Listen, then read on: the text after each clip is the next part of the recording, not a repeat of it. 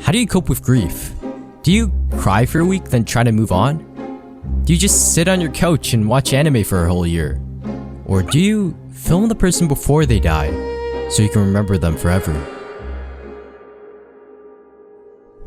Goodbye Eri follows a 12-year-old schoolboy named Yuta who receives a smartphone on his birthday. This, however, turns completely dark. Yuta is unfamiliar with the idea of death, but eventually gets introduced to the idea of it as his mother tells him to record the final moments of her life since she's dying from a terminal illness. She only does this so that Yuta has something to remember her by when she's gone. After this, we enter into a sort of immersive handheld camera point of view in which we see glimpses into Yuta's life with his mother as her health continues to degrade. We see the good and funny moments of her life, Yuta fooling around with his mother and even trying to film her in the washroom. We continue onto this immersive handheld camera perspective, and its restricted film angles almost makes the characters connect to us at a personal level. Eventually though, Yuta's mother enters the hospital and she's at her final moments now, but still has a final request to Yuta to record her final moments. Yuta, however, has no idea how to react.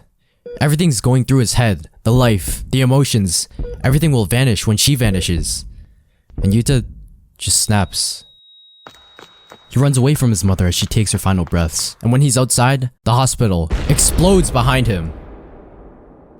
It turns out, we've just been watching a movie that Yuta created using the recordings of his mother's struggle with cancer, and what he did was just add an explosion to the end.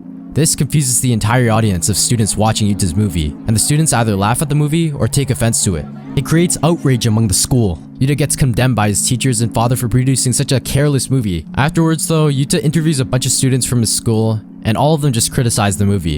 And one girl whose mother died doesn't take it lightly, and tells Yuta she can't forgive him for adding the explosion at the end, and essentially making his mother's death a mockery. Next, we see Yuta getting bullied and ridiculed for making a supposed absurd depiction of his mother's death.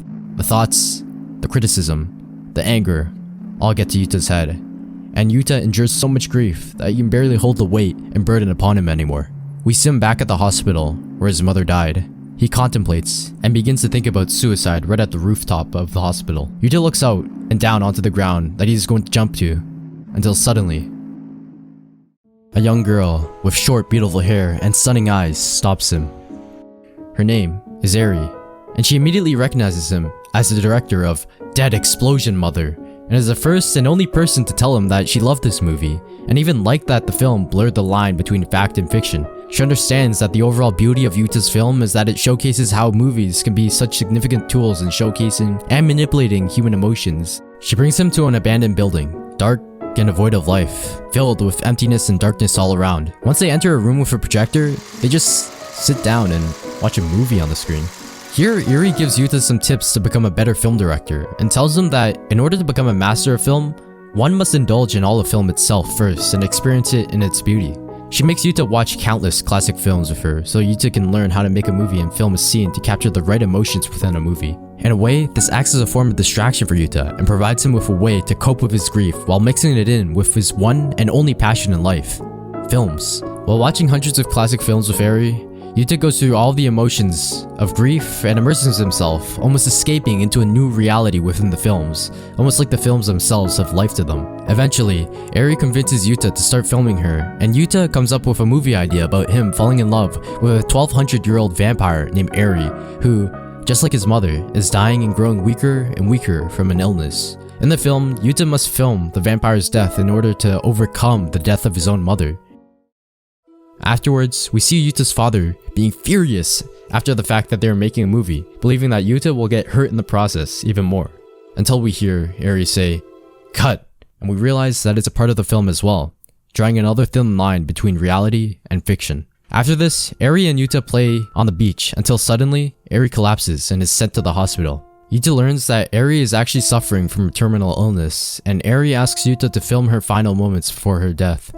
This sends Yuta in a rush, and he runs away from Eri, unable to accept the reality of his situation. Yuta then sees his father, who reveals his mother's final moments to him. In the flashback, Yuta's father tells his mother that Yuta was unable to come and see her in her final moments, causing her to say that Yuta was always useless and always has been, thus revealing the truth about Yuta's mother. We get a plethora of flashbacks which reveal that she was actually an abusive and hostile mother who forced Yuta to record her final moments so that he could create a movie about her death, making us realize that the way Yuta portrayed his mother as a kind and loving woman was completely different from who she actually was, displaying the beauty of how he deals with his grief, which is by using film as a tool of choosing how people are remembered and how they'll continue to live on their lives through the audience of the films. After this talk and revelation, Yuta goes back to Eri in the projector room, and Yuta agrees to film Eri's last moments before her death.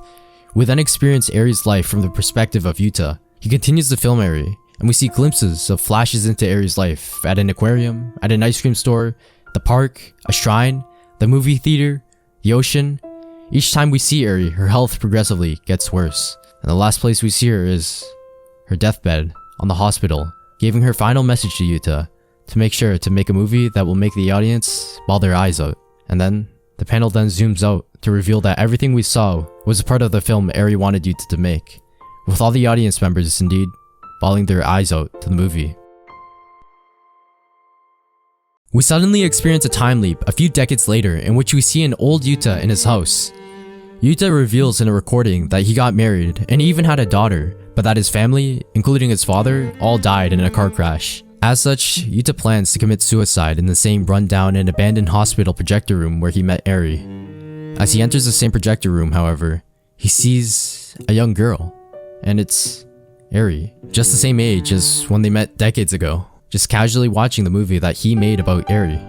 Here though, she reveals that she's a 1200-year-old vampire, just like the one in the film, and that her memory merely resetted every time she died.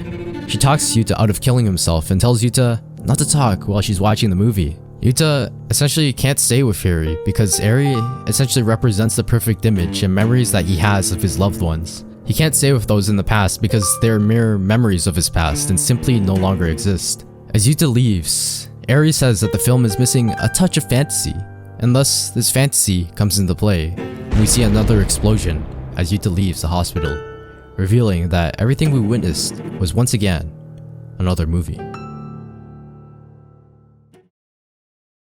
What I love about this manga is that near the end, we start wondering which parts of the manga are real and which are fiction. We go through the good, the bad, the ugly, all in Yuta's life without having a clear distinct line between reality and fiction, hence why Fujimoto adds references to Fight Club on the projector. The inconsistent motion lines within the panels mislead the audience into what is real and what isn't, making us all question if each panel is pre-recorded, recorded, real, or an edited part of another film. What part of this manga is real or fabricated? And that answer? Well, it's up to the audience.